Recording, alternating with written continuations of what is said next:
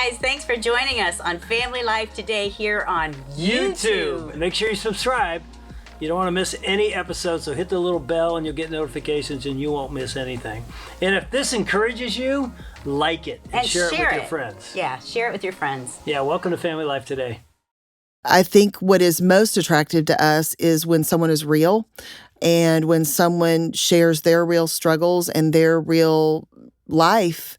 My firstborn in particular was a really tough baby. He had acid reflux. He didn't sleep during the night. And I just remember looking around the room at the moms that had the perfect babies or that seemed like the perfect babies. And I thought, well, I'm clearly a terrible mother. Obviously, my husband and I should not have procreated. Clearly, I don't know what I'm doing. It's all of those things. And in those moments, you feel so lonely. You feel so inept. And I just remember there was this one mom who was just very honest about, I don't even remember what it was. It was like she was going through something in her marriage or whatever. Her house was never very clean. And that was the woman I wanted to be around.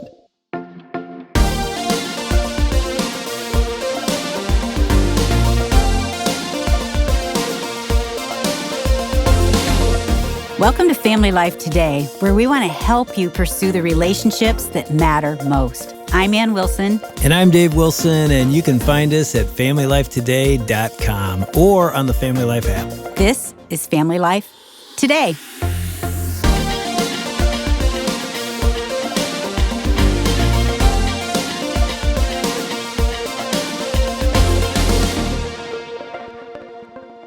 So how important do you think a manifesto is? A declaration of what I'm about and what I'm going to live for? I like those. Yeah, you do. You've written a bunch. Have I?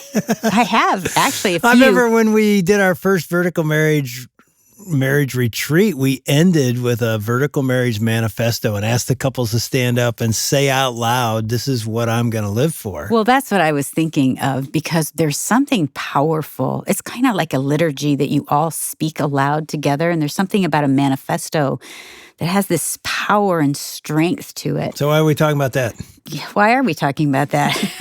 Because we got Lisa Whittle in the studio back with us, wrote a book called Jesus Over Everything, and you have a manifesto, a Jesus Over Everything manifesto. So Lisa, welcome back. Thank you. Good to be here. I mean, when you were writing this book and you thought, okay, I got to write a manifesto, what was in your mind? Well, you can't write a book called Jesus Over Everything without some type of manifesto, can you? I mean, is this hanging in your house? That's a good way to put it. It's a stake in our ground. It is a stake in the ground, right? Yeah, it does. And yes, it does hang in my house. It does? Yeah. It really does? Mm-hmm. I was just guessing. No, it does. I mean, is this something you look at? Yes. You make your husband say it before he comes to bed every night? We're not that weird. No, their kids say it at the dinner table. Yeah. Yeah, it's hanging in our barn right now. And actually, a lot of people have said, oh, where can I buy that? I had a friend that made it for us. Oh, really? Yeah.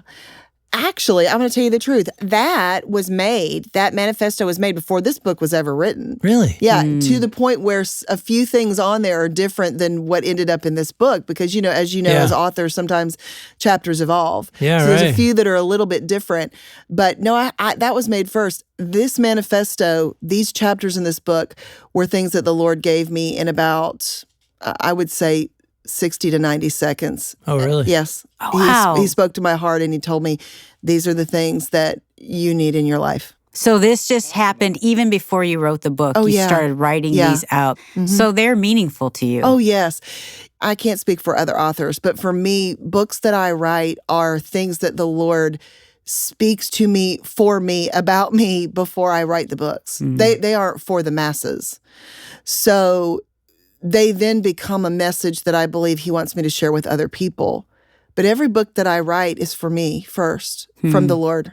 It's not one of those things that we're passing around the dinner table. So, yeah, I'm sure at some point I shared it with my husband, though. These were things that were on my heart. And then he sees it hanging in the barn all the time, so he can read that. Well, I don't know if we'll get through all of them, but let's walk through some of these because, the first one that I read, I'd love to hear your thoughts, is when we want to look perfect, we fight to be ourselves. Yeah, real over pretty.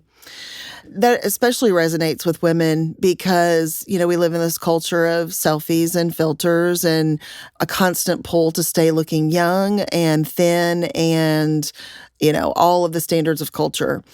I think what is most attractive to us is when someone is real and when someone shares their real struggles and their real life. I think that message is huge today. As I look at people my age, women that are young, there is that fight of comparison and wanting to be like someone else. And I was just talking to my little granddaughter who's 7. And I just said, Olive, can you imagine that God never has created another being like you in the past, today, or in the future? No one will ever be exactly like you in your cells, your DNA, the way you think, the way you look. So it's so cool that he has something so specific for you in the way you live your life. Like you will be a gift. And so for us to copy or mimic another person, we're losing the beauty that God created in us. Yeah, and if the church was a community of real, yes, can you imagine? Over pretty, yeah. I mean, you so wouldn't have enough. You wouldn't have and enough we should seats. be. We should be. Yeah, and if you want to impact your neighborhood, I'm just telling you, this is what came to me. Start a married Bible study or start a married study. If you invited your neighbors to your home and said, let's talk about marriage and let's be real, yeah, you're going to have an impact. It's freeing for people. Right. I mean, and I'm attracted to people who are very honest. I always have been. But I just remember when my kids were babies, my firstborn in particular was a really tough baby. He had acid reflux. He didn't sleep during the night. And I just remember looking around the room at the moms that had the perfect babies or that seemed like the perfect babies. And I thought, well, I'm clearly a terrible mother. Obviously, my husband and I should not have procreated. Clearly, I don't know what I'm doing. You know, it's all of those things. And in those moments, you feel so lonely.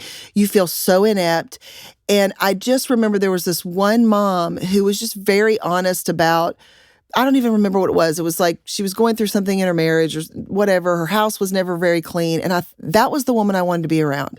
So it's just really important that we're those kinds of people as believers, as the kind that people want, they're drawn to us. Yeah, I've told this story, and I won't give the details, but a guy came up to me at a marriage conference that on Sunday, he wanted me to rip up his divorce papers. And I hadn't met him all weekend. It was 1,000 people marriage conference. So long story short, I said, you know, when somebody says that, and I had like 2 minutes before I had to speak, I said, tell me your story real quick. And here's his story. I didn't want to come to this stupid marriage conference. I told my wife, I'll come Friday. That's it. I'm not going back Saturday. It was a FamilyLife weekend to remember. And he goes, I go, why didn't you want to come? He said, I literally said to her, I don't want to go to some perfect marriage conference with perfect marriages, and I guarantee a perfect marriage couple who's going to be up there presenting their perfect marriage. He goes, so I told her, I'll go Friday, I'm out. He goes, we sat in the very back. You and Ann got up to speak, and halfway through your first talk, I turned to my wife and I said, wow, our marriage is better than theirs. And so he stayed.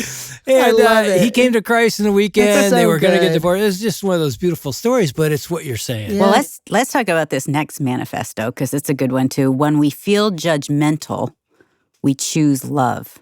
Yeah, love over judgment. You know, it just dawned on me that the people that come back to Christ or that are drawn to Christ, it's never because of judgment.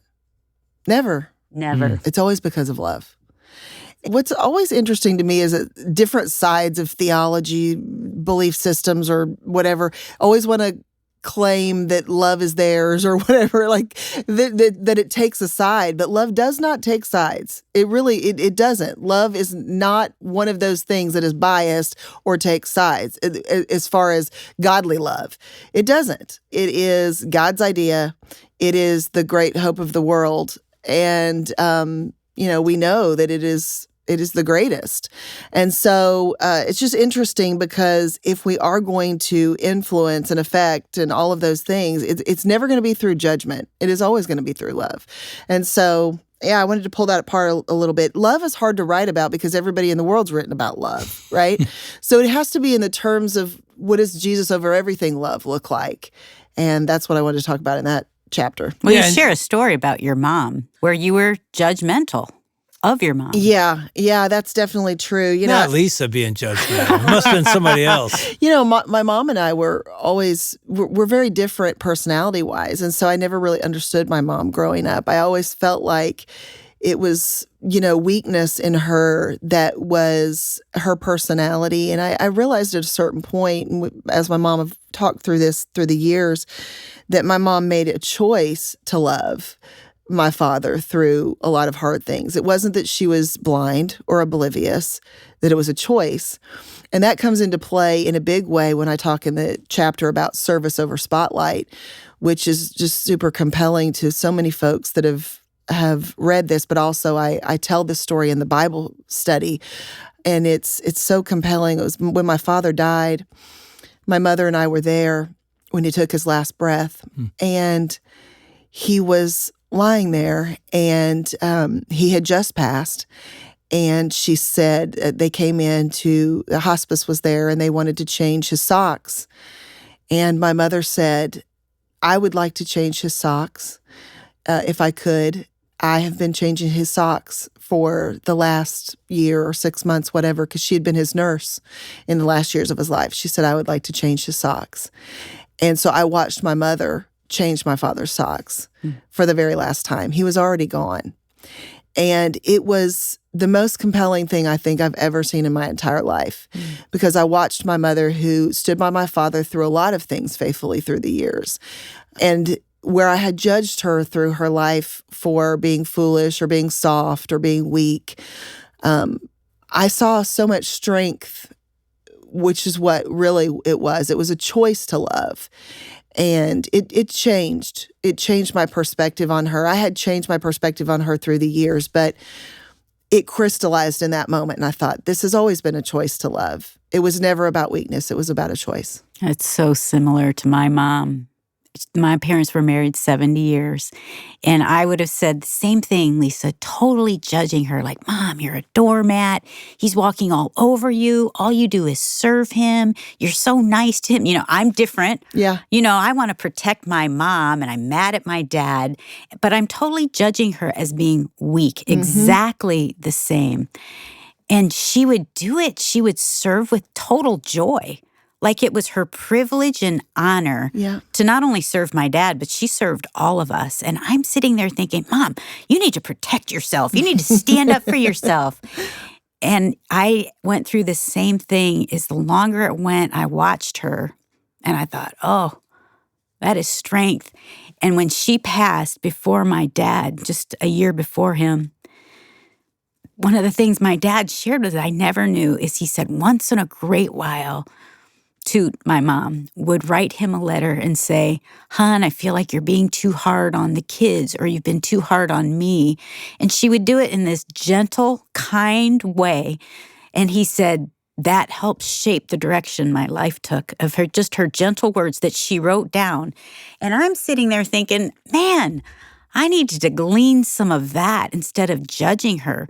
She was strong, and she just did it in a different way. She had a different personality, but it was convicting to me, like, oh no, her strength was in Jesus. Her joy was to serve. Who else was that? Jesus. Yeah. The greatest among us will be the servant to others. And so that love over judgment, that's a big one, because I think we can all fall into that. Yeah, and even thinking of your mom, obviously I wasn't there, but the image I thought it was Jesus on his knees washing the disciples' feet. Yes. It's service over spotlight. And he could have judged them, we know. And he loved them. Yeah. What a Served great them. visual, Lisa, of watching your mom, and how emotional that must have been. It was. It was. But it was important for my life. It was important for my life because service is not my natural gift. But, and I think that's something really important to talk about too, because sometimes I think we feel like, well, I can't do things that I'm not naturally inclined to do. And I do truly believe that as Jesus is in his rightful spot, he compels us to do things that we're not naturally gifted to do. I mean, I've watched the Holy Spirit change my own life in so many ways through the years of things that I should not be doing, but through him. In fact, I was thinking about this the other night. Nearly everything I'm doing right now goes against my natural personality. I don't like to travel. I am a homebody. I actually don't like crowds. I am very shy, and naturally I'm an introvert. Almost everything that I'm doing right now is not natural for me. but it's the Holy Spirit that compels me. And through the years, even, the draw towards serving people that I am not naturally gifted. I'm not even good at it. It's not even that I don't want to. I'm just not good at it. I have 12 thumbs, but God can compel us in that way. And it is truly His way works. And when we do put Him over everything, he changes things about us. Truly does. Hey, I want to ask you about another one on there that I find very interesting in your manifesto. When we want to lie, we out the secret to take away its power. I just got a full body shiver with that because I think that is such an important thing to talk about, because darkness and light, and Satan wants to keep things in the dark, and Jesus is light, and He wants things to be brought to the light. And there's a lot of people that live in that secrecy place. And I think it is an epidemic among Christians. And I just want to say right here that this might be one of the most important things we talk about, because the power that is in that secrecy life that we live can be broken by our honest living. And, it's the thing that has taken down ministries. It's the thing that has taken down broken apart families, is that scramble to keep living in a place that is untrue, a lie. Have you ever had a secret? Yes, absolutely. And I talk about, I open this chapter talking about how I was sort of living a double life in college. I was, this good Christian girl on one hand for my parents, because that's what PKs do, right? Pastors' kids, we want to be a good girl. But I was also in college sort of living it up and partying and doing that kind of scene. And it had caught up with me in a big way. And so there were some things that I was dealing with that I was going to have to come clean to my parents about, because it was going to involve things that they needed to know about. So one night, I remember it had been snowing. I had come home for the weekend. I lived close enough in college to drive home. I'd come home for the weekend, and I had gone back, and it was snowing there. And I remember it was about, it was early in the morning, and the Lord spoke to me about that I needed to come clean to my mom about things that were going on in my life. And I drove all the way back in the snow in the middle of the night to confess to her, woke her up in the middle of the night and told her things that had been going on in my life. And it was so hard for me to do, but I knew it was the only way that I was going to be free from the taunting of Satan, that there was a secret that my parents didn't know about, that there were things in my life that they didn't know about. And I was so sick of being taunted by that I was willing to do that.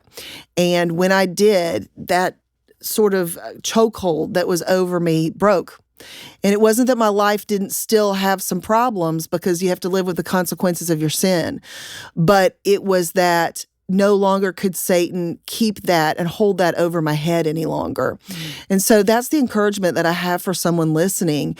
If there is something in your life that you are afraid for it to come out.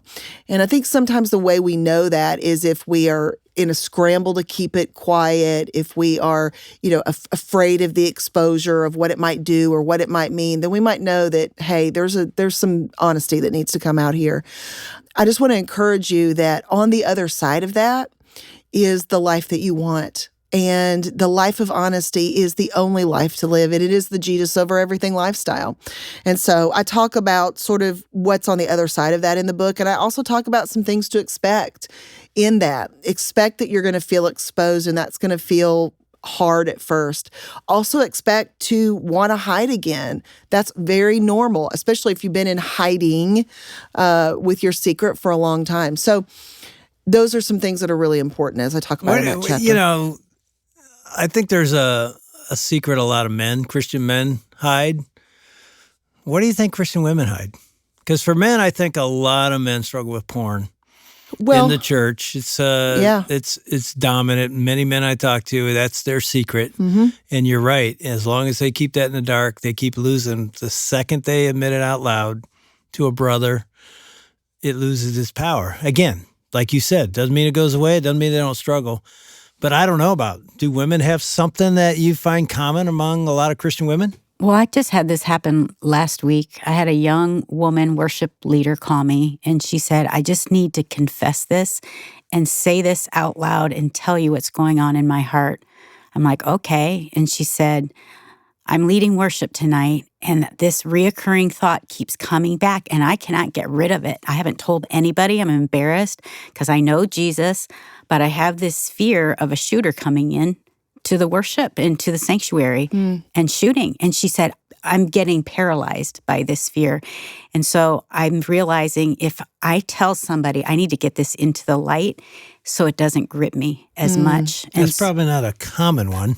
maybe, that's but hers. anxiety. Yeah, anxiety, I fear. would say anxiety, fear. And I will also say women also struggle with porn. There's a lot of new research on this that I can't remember it. I wish I could quote it, but I will tell you that there's also women that struggle a lot with porn. And I will say shopping is a bigger one than you might think. And what was interesting is since this book released, I have had an enormous amount of women who have sent me messages who've said, I struggle with the same thing. In fact, I had a woman who wrote me, it's been recent, and this book came out in 2020. She said, when you wrote this book, when I read about your story about your shopping fast, she said, I went home and confessed to my husband I've had a secret credit card for over a year, and it has over $25,000 accrued upon it.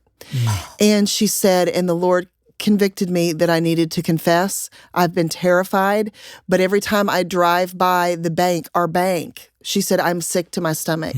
And she said, I went home and I confessed, and my husband and I are working towards a plan to pay it off.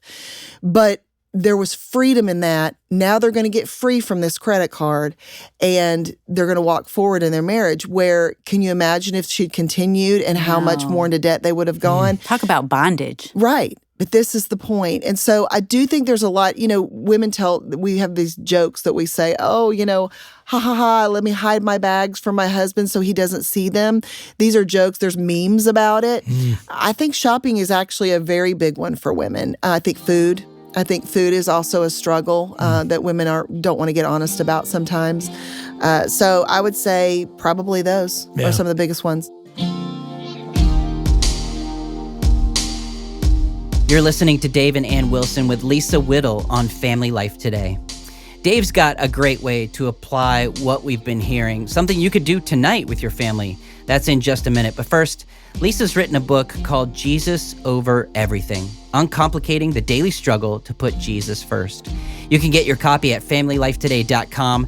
Just click on today's resources, or you can call 800-358-6329. That's 800-F as in family, L as in life, and then the word today. A couple of guests we had on earlier this week on Family Life Today were Shanti Feldhahn and Dr. Michael Seitzma. They've written a book called Secrets of Sex and Marriage, 8 Surprises That Make All the Difference. We'd love to send you a copy of that book along with Family Life's online course called Nearly Complete Guide to Better Married Sex. You'll get both as our thanks when you partner financially with Family Life. You'll help more families hear conversations just like today's, conversations that point to the hope found in Christ. Again, you can give at FamilyLifeToday.com. Okay, here's Dave with an idea that might just be the thing your family needs.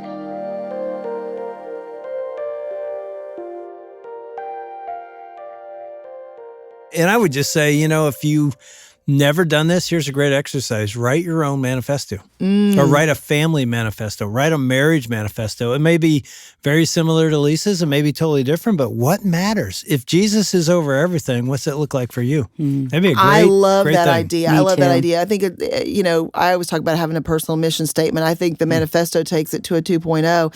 I love that. And I also want to say, to encourage you, I have a section in this chapter that says that's not really who you are. One of the things that compelled me a lot when I was writing this was, some of us don't even really know who we are because we have been so masked by this addiction or this habit or whatever for so many years.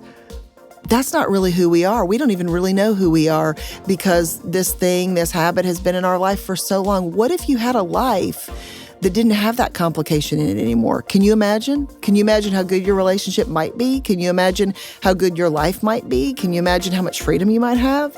And so I hope that compels somebody. Are we sincerely caring for those around us? Well, next week, Dave and Ann Wilson are joined by Paul Miller, who talks through forgetting the expectations we have of love and discovering the power to live a genuinely loving life. That's next week. We hope you'll join us. On behalf of Dave and Ann Wilson, I'm Shelby Abbott. We'll see you back next time for another edition of Family Life Today.